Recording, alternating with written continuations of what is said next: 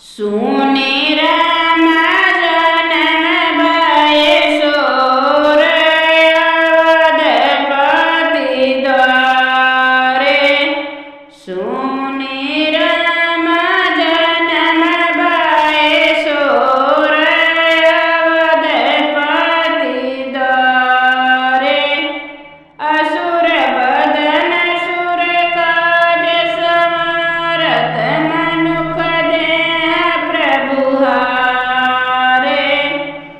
असुर बदन सुर काज संवरत मनुख देह प्रभु हारे। बाजे बधावयवधपुर घर घर। बाजे बधावयवधपुर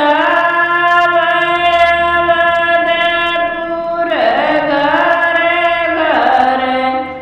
सब गावत मंगल चारे अवधपति द्वारे। सब गावत मंगल चारे अवधपति द्वारे। कौशल्या के राम जी जन्मे रघुकुल राज दुलारे। कौशल्या के राम जी जन्मे रघुकुल राज दुलारे। भारत पैदा भय के कही के हो। भारत पैदा भय के कही के हो।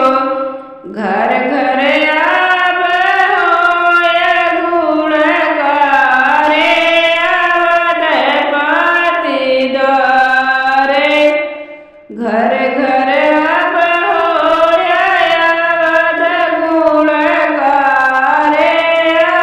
अवधपति द्वारे। सुमित्रा के दुई लालज जन्मे लखन शत्रुघ्न बारे। सुमित्रा